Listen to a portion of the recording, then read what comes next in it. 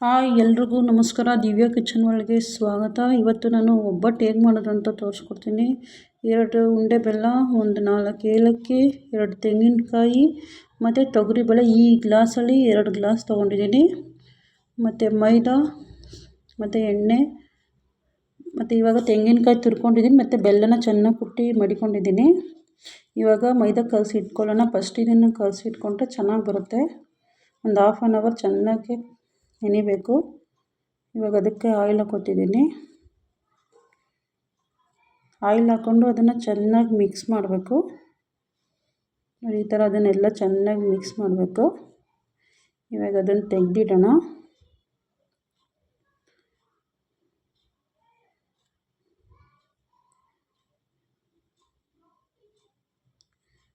ಈಗ ಅದನ್ನು ಎತ್ತಿಟ್ಟು ಇವಾಗ ಬೆಲ್ಲನ ಕಾಯಿಸ್ಕೊಳ್ಳೋಣ. ಅದನ್ನು ಬೆಲ್ಲ ಎಲ್ಲ ಪೂರ್ತಿಯಾಗಿ ಕರಗಬೇಕು. ಇವಾಗ ನಾನು ದೊಡ್ಡ ಗ್ಲಾಸಲ್ಲಿ 1/4 ಗ್ಲಾಸಷ್ಟು ನೀರು ತೊಗೊಂಡಿದ್ದೀನಿ. ಜಾಸ್ತಿ ನೀರು ತೊಗೊಂಡೆ ನೀರು ಥರ ಆಗಿಬಿಡುತ್ತೆ, ಹೂರಣ ತೆಳ್ಳಗಾಗ್ಬಿಡುತ್ತೆ. ಇವಾಗ ಬೇಳೆಗೆ ಇಟ್ಕೊಳ್ಳೋಣ.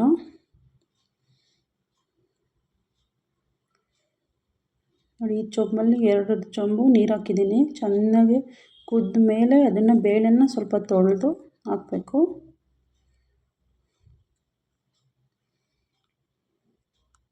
ಇವಾಗ ಅದನ್ನು ಕುದಿಯೋಕ್ಕೆ ಇಡೋಣ.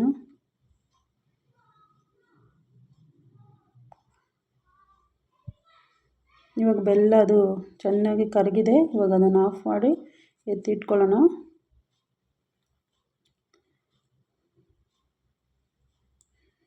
ಇವಾಗ ನೀರು ಚೆನ್ನಾಗಿ ಕುದೀತಿದೆ.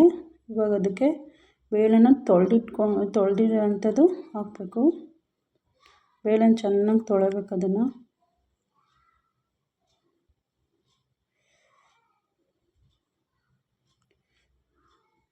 ನೀರು ಚೆನ್ನಾಗಿ ಕುದ್ದಿ ಬೇಳೆ ಚೆನ್ನಾಗಿ ಬೆಂದರೆ ಚೆನ್ನಾಗಿ ಬರುತ್ತೆ ಒಬ್ಬಟ್ಟು. ಅದಕ್ಕೆ ಕಡಲೆಬೇಳೆನೂ ಯೂಸ್ ಮಾಡ್ತಾರೆ ಒಬ್ಬಟ್ಟಿಗೆ. ಕಡಲೆಬೇಳೆ ಹಾಕಿಲ್ಲ, ತೊಗರಿಬೇಳೆ ಯೂಸ್ ಮಾಡಿದ್ದೀನಿ.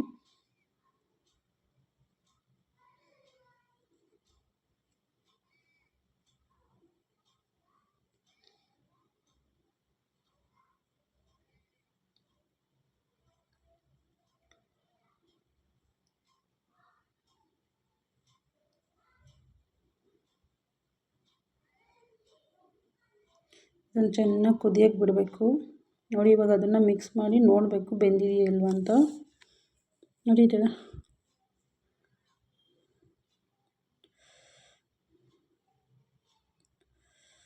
ಅದನ್ನು ಬೇಯಬೇಕು, ಬೇಯ್ತಾ ಇದೆ.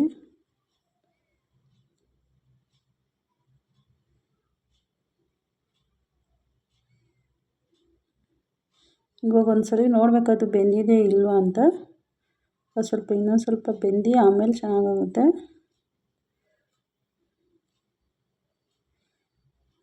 ನೋಡಿ, ಇವಾಗ ಅದು ಬೆಂದಿದೆ. ಇದು ಸಾಂಬಾರಿಗೆ ಸ್ವಲ್ಪ ಎತ್ತಿಟ್ಕೋಬೇಕು ಬೇಳೆನ, ಒಬ್ಬಟ್ಟು ಸಾಂಬಾರಿಗೆ.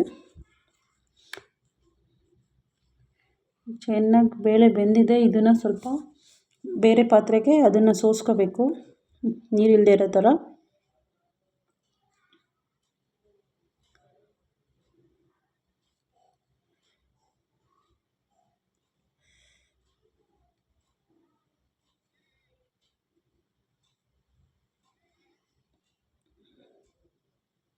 ನೋಡಿ, ಇವಾಗ ಅದಕ್ಕೆ ಇದು ಒಬ್ಬಟ್ಟು ಸಾರಿಗೆಲ್ಲ ಎತ್ತಿಟ್ಕೊಂಡಿದ್ದೀನಿ. ಇವಾಗ ಅದಕ್ಕೆಲ್ಲ ಸೋಸ್ಕೊಳ್ಳೋಣ. ಈಗ ಅದರಲ್ಲೇ ಟೊಮೊಟೊ ಎಲ್ಲ ಬೇಯುತ್ತೆ, ಕುದಿಯೋಕ್ಕೆ ಇಡಬೇಕು ಅದನ್ನು. ಆಮೇಲೆ ತೋರಿಸ್ತೀನಿ ಅದು ಒಬ್ಬಟ್ಟು ಸಾರ್ದು. ನೋಡಿ, ಇವಾಗ ಪಾತ್ರೆಗೆ ಸೋಸ್ಕೊತಿದ್ದೀನಿ ಅದನ್ನು.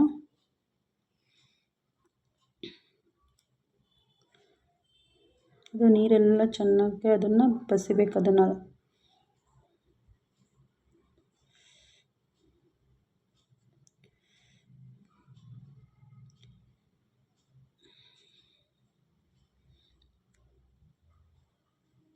ಇವಾಗ ಅದಕ್ಕೆ ತುರಿದಿಟ್ಕೊಂಡಿರೋಂಥ ಕಾಯಿ ಹಾಕೊಳ್ಳೋಣ ಮತ್ತು ಏಲಕ್ಕಿ.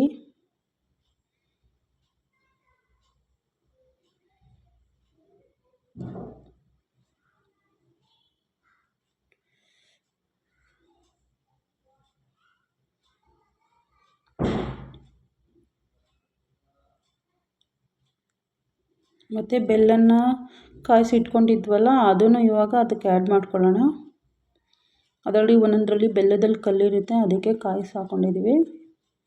ಇವಾಗ ಅದನ್ನು ಚೆನ್ನಾಗಿ ಮಿಕ್ಸ್ ಮಾಡಬೇಕು. ಮೂರೂ ತೊಗರಿಬೇಳೆ ಬೇಯಿಸಿರೋದಂತೂ ಕಾಯಿ ಮತ್ತು ಬೆಲ್ಲ. ನೀರು ಜಾಸ್ತಿ ಹಾಕ್ಬಾರ್ದು, ಬೇಳೆನೂ ಬೆಂದಿರುತ್ತಲ್ವ, ಸ್ವಲ್ಪ ನೀರು ಆ್ಯಡ್ ಮಾಡಿಕೊಂಡು ಅದನ್ನು ಚೆನ್ನಾಗಿ ಕುದಿಸಬೇಕು. ಬೆಲ್ಲ ಎಲ್ಲ ಕರಗಬೇಕು ನೀಟಾಗಿ.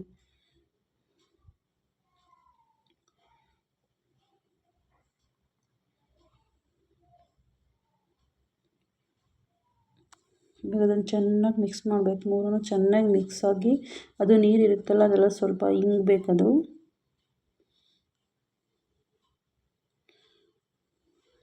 ಈಗೆಲ್ಲ ಚೆನ್ನಾಗಿ ಅದನ್ನು ತೆಂಗಿನಕಾಯಿ, ಬೆಲ್ಲ ಮತ್ತು ತೊಗರಿಬೇಳೆ ಎಲ್ಲ ಚೆನ್ನಾಗಿ ಮಿಕ್ಸ್ ಆಗಬೇಕು.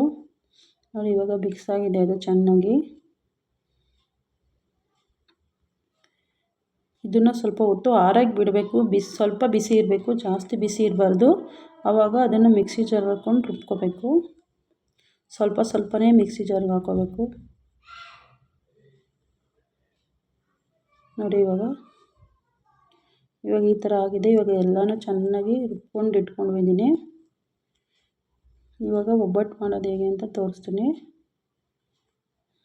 ಇವಾಗ ಸ್ವಲ್ಪ ಕಲಸಿಟ್ಟಿಂತ ಮೈದಾನ ಸ್ವಲ್ಪ ಉಂಡೆ ಹಾಕ್ಕೊಂಡು ಇವಾಗ ಅದನ್ನು ಚೆನ್ನಾಗಿ ಎಣ್ಣೆಲಿ ಈ ಥರ ಅಗಲ ಮಾಡಿ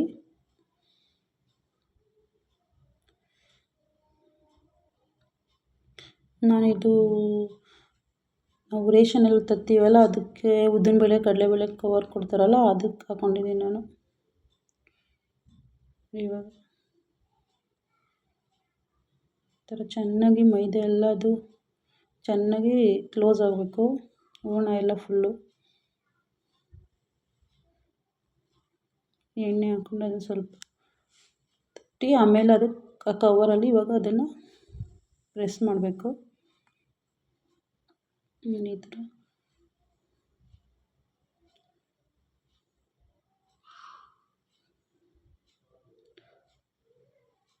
ನಾನು ಈ ಥರ ಎಲ್ಲ ಅದೆಲ್ಲ ಫುಲ್ಲು ಮೈದಾ ಎಲ್ಲ ಫುಲ್ಲು ಜಾಸ್ತಿ ಮಂದನೂ ಇರಬಾರ್ದು. ಮಂದ ಇದ್ದರೆ ತಿನ್ನೋಕ್ಕಾಗಲ್ಲ ಜಾಸ್ತಿ.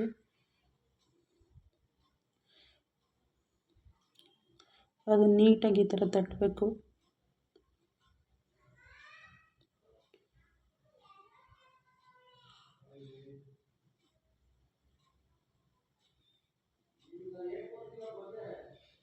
ನೋಡಿ ಇವಾಗ ಅದು ಆಗಿದೆ. ಇವಾಗ ಸ್ಟವ್ ಮೇಲೆ ಹಂಚು ಕಾಯಕ್ಕಿಟ್ಟಿದೆ. ಇವಾಗ ಅದಕ್ಕೆ ಹಾಕೊಳ್ಳೋಣ.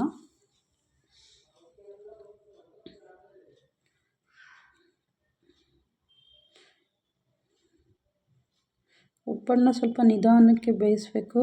ನೋಡಿ ಇವಾಗ ಬೆಂದಿದೆ. ಮತ್ತು ಇನ್ನೊಂದು ಕಡೆ ಬೇಯಿಸೋಣ ಅದನ್ನು. ಸ್ವಲ್ಪ ಎಣ್ಣೆ,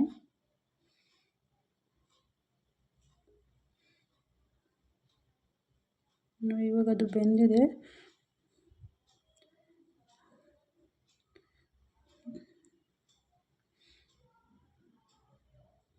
ಮತ್ತೆ ಇನ್ನೊಂದು ಹಾಕಿದ್ದೀನಿ. ಅದು ಸ್ವಲ್ಪ ಸ್ವಲ್ಪ ನಿಧಾನಕ್ಕೆ ಬೆಂದರೆ ಟೇಸ್ಟ್ ಚೆನ್ನಾಗಿರುತ್ತೆ. ಜಾಸ್ತಿ ಸೀಸ್ಬಾರ್ದು. ಸ್ವಲ್ಪ ಉರಿನ ಕಡಿಮೆ ಇಟ್ಕೊಂಡು ಬೇಯಿಸಬೇಕು, ಮೀಡಿಯಮ್ ಉರಿಲಿ. ನೋಡಿ ಇವಾಗ ಒಬ್ಬಟ್ಟು ತಯಾರಾಗಿದೆ. ಮತ್ತು ನೆಕ್ಸ್ಟ್ ಇವಾಗ ಒಬ್ಬಟ್ಟು ಸಾರು ಹೇಗೆ ಮಾಡೋದು ಅಂತ ತೋರಿಸ್ಕೊಡ್ತೀನಿ ಬನ್ನಿ. ಬೆಳ್ಳುಳ್ಳಿ, ಮೆಂತ್ಯ, ಸ್ವಲ್ಪ ಕರಿಬೇವು, ಮೆಣಸು, ಜೀರಿಗೆ, ಸಾಸಿವೆ ಮತ್ತು ತೆಂಗಿನಕಾಯಿ ತುರಿ, ಎಣ್ಣೆ ಮತ್ತು ಗುಂಟೂರು ಮೆಣಸಿನ್ಕಾಯಿ, ಮಣ್ಕಟ್ಟು ಮೆಣಸಿನ್ಕಾಯಿ ಮತ್ತು ಬ್ಯಾಡಗಿ ಮೆಣಸಿನ್ಕಾಯಿ. ಖಾರಕ್ಕೆ ನಿಮ್ಗೆ ಎಷ್ಟು ಬೇಕೋ ಅಷ್ಟು ಹಾಕ್ಕೋಬೇಕು. ಮತ್ತು ಒಂದು 5 ಟೊಮೆಟೊ ಮೀಡಿಯಮ್ ಸೈಜು, ಮತ್ತು ಸ್ವಲ್ಪ ಹುಣಸೆಹಣ್ಣು, ರುಚಿಗೆ ತಕ್ಕಷ್ಟು ಉಪ್ಪು ಮತ್ತು ಕೊತ್ತಂಬರಿ ಸೊಪ್ಪು. ಇದನ್ನು ಇವಾಗ ಒಂದು ಪಾತ್ರೆಯಲ್ಲಿ ಬೆಳ್ಳುಳ್ಳಿ, ಕೊತ್ತಂಬರಿ ಸೊಪ್ಪು, ಟೊಮ್ಯಾಟೊ ಮತ್ತು ತೆಂಗಿನಕಾಯಿ ತುರಿ ಮತ್ತು ಕರಿಬೇವು, ಇದು ಆವಾಗಲೇ ನಾವು ಬೇಳೆ ನೀರು ಸೋಸಿ ಇಟ್ಕೊಂಡಿದ್ವಲ್ಲ ಅದನ್ನು ಅದಕ್ಕೆ ಹಾಕ್ಕೊಂಡಿರ್ತೀವಿ. ಟೊಮೊಟೊನೂ ಅದರಲ್ಲೇ ಬೇಯಿಸಬೇಕು. ಇವಾಗ ಎಲ್ಲ ತೊಗೊಂಡಿದ್ವಲ್ಲ ಪದಾರ್ಥ ಅವನ್ನೆಲ್ಲ ಹುರ್ಕೋಬೇಕು ಚೆನ್ನಾಗಿ. ಸ್ವಲ್ಪ ಸ್ವಲ್ಪ ಚೆನ್ನಾಗಿ ಹುರಿಬೇಕು. ಅದು ಸ್ವಲ್ಪ ಸ್ಮೆಲ್ ಬರಬೇಕು. ನೋಡಿ ಮೆಂತ್ಯ,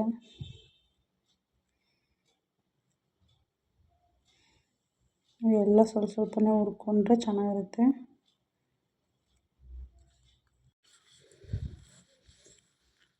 ಇವಾಗ ಮಸಾಲೆ ಪದಾರ್ಥ ಎಲ್ಲ ಚೆನ್ನಾಗಿ ಹುರ್ಕೊಂಡ್ರು. ಜೀರಿಗೆ,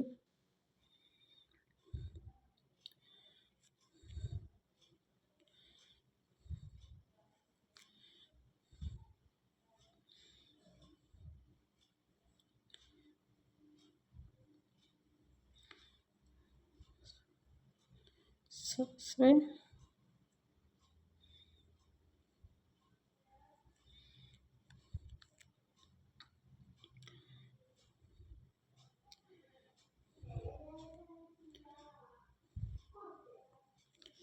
ಇವು ಮೆಣಸಿನ್ಕಾಯಿ ಸ್ವಲ್ಪ ನಿಧಾನಕ್ಕೆ ಅದನ್ನು ಸ್ವಲ್ಪ ಹುರಿಬೇಕು. ಇವಾಗ ಚೆನ್ನಾಗಿ ಹುರಿದಿದ್ದೇನೆ.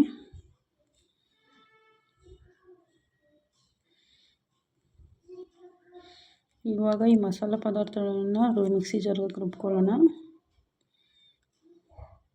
ತೆಂಗಿನಕಾಯಿ,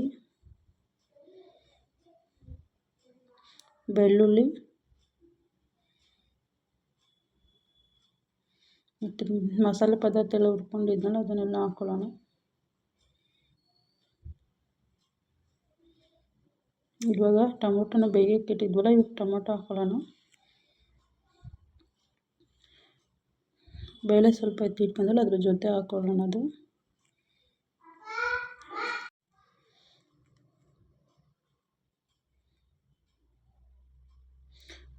ಅದು ಬೇಳೆ ನೀರಲ್ಲಿ ಚೆನ್ನಾಗಿ ಕುದಿಸಿದ್ರೆ ಟೇಸ್ಟ್ ಚೆನ್ನಾಗಿರುತ್ತೆ.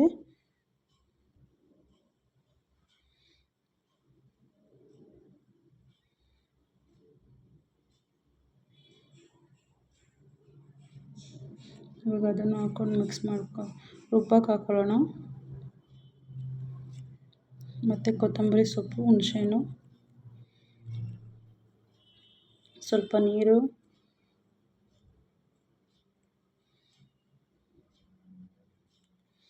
ಈಗ ಅದನ್ನು ಚೆನ್ನಾಗಿ ನುಣ್ಣಗೆ ರುಬ್ಬೇಕು. ಅದನ್ನು ನೋಡಿ ಇವಾಗ ಆಗಿದೆ. ಇವಾಗ ಅದು ನೀರು ಕುದೀತಿಯಲ್ಲ ಅದಕ್ಕೆ ಹಾಕೋಣ. ಇವಾಗ ಇದು ನಿಮಗೆ ಗಟ್ಟಿ ಬೇಕಂದರೆ ಸ್ವಲ್ಪ ಗಟ್ಟಿ ಮಾಡ್ಕೊಬೋದು, ತೆಳ್ಳಗೆ ಬೇಕಂದರೆ ತೆಳ್ಳಗೆ ಮಾಡ್ಕೊಬೋದು. ನಾವು ಒಬ್ಬಟ್ಟು ಸಾರನ್ನ ಸ್ವಲ್ಪ ತೆಳ್ಳಗೆ ಮಾಡ್ತೀವಿ, ಜಾಸ್ತಿ ಗಟ್ಟಿ ಮಾಡಲ್ಲ. ಇವಾಗ ಮಿಕ್ಸಿ ಜಾರ್ದಲ್ಲಿ ಮಸಾಲೆ ಇತ್ತಲ್ಲ ಅದಕ್ಕೆ ಸ್ವಲ್ಪ ನೀರು ಹಾಕ್ಕೊಳ್ಳೋಣ. ಜಾಸ್ತಿ ಗಟ್ಟಿನೂ ಇರಬಾರ್ದು, ಜಾಸ್ತಿ ತೆಳ್ಳನೂ ಇರಬಾರ್ದು ಒಬ್ಬಟ್ಟು ಸಾರು, ಆವಾಗ ಟೇಸ್ಟ್ ಚೆನ್ನಾಗಿರುತ್ತೆ.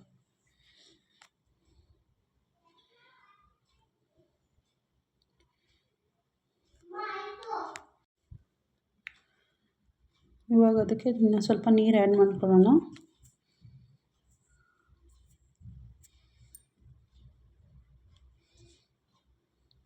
ನೀವು ಅದನ್ನು ಚೆನ್ನಾಗಿ ಮಿಕ್ಸ್ ಮಾಡಿ ನೋಡಬೇಕು ತೆಳ್ಳೆ ಇದೆಯಾ ಗಟ್ಟಿ ಇದೆಯಾ ಅಂತ. ಇವಾಗ ನಿಮ್ಗೆ ಎಷ್ಟು ನೀರು ಬೇಕೋ ಅವಾಗ ಅಷ್ಟು ಹಾಕೋಬೇಕು. ಅದಕ್ಕೆ ಟೇಸ್ಟ್ ಮಾತ್ರ ಒಬ್ಬಟ್ಟು ಸಾರು ಮಾತ್ರ ಸೂಪರ್ ಇರುತ್ತೆ. ಇವಾಗ ಅದಕ್ಕೆ ಉಪ್ಪು ಹಾಕೊಳ್ಳೋಣ. ಚೆನ್ನಾಗಿ ಸ್ವಲ್ಪ ಕುದಿಬೇಕು. ಇವಾಗ ಎಲ್ಲನೂ ಮಸಾಲೆ ಎಲ್ಲ ಹುರಿದಿರ್ತೀವಲ್ವ, ಅಷ್ಟೊಂದೂ ಕುದಿಸ್ಬಾರ್ದು.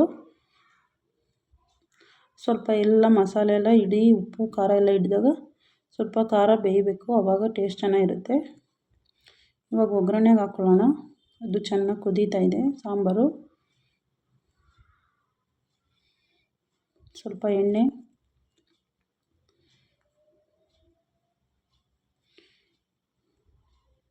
ಬಿಸಿ ಆದಮೇಲೆ ಸ್ವಲ್ಪ ಸಾಸಿವೆ ಜಾಸ್ತಿನೇ ಹಾಕಿದ್ದೀನಿ ಒಗ್ಗರಣೆಗೆ.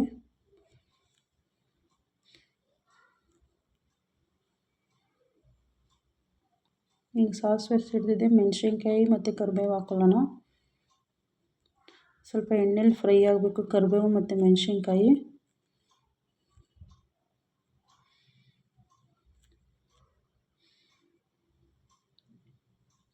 ಇವಾಗ ಅದು ಫ್ರೈ ಆಗಿದೆ, ಸಾಂಬಾರಿಗೆ ಹಾಕ್ಕೊಳ್ಳೋಣ.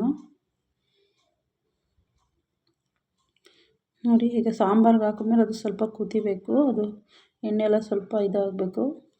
ನೋಡಿ ಇವಾಗ ಸಾಂಬಾರು ರೆಡಿಯಾಗಿದೆ. ನೀವು ಮನೇಲಿ ಮಾಡಿಕೊಂಡು ಹೇಗಿದೆ ಅಂತ ಕಾಮೆಂಟ್ ಮಾಡಿ ತಿಳಿಸಿ.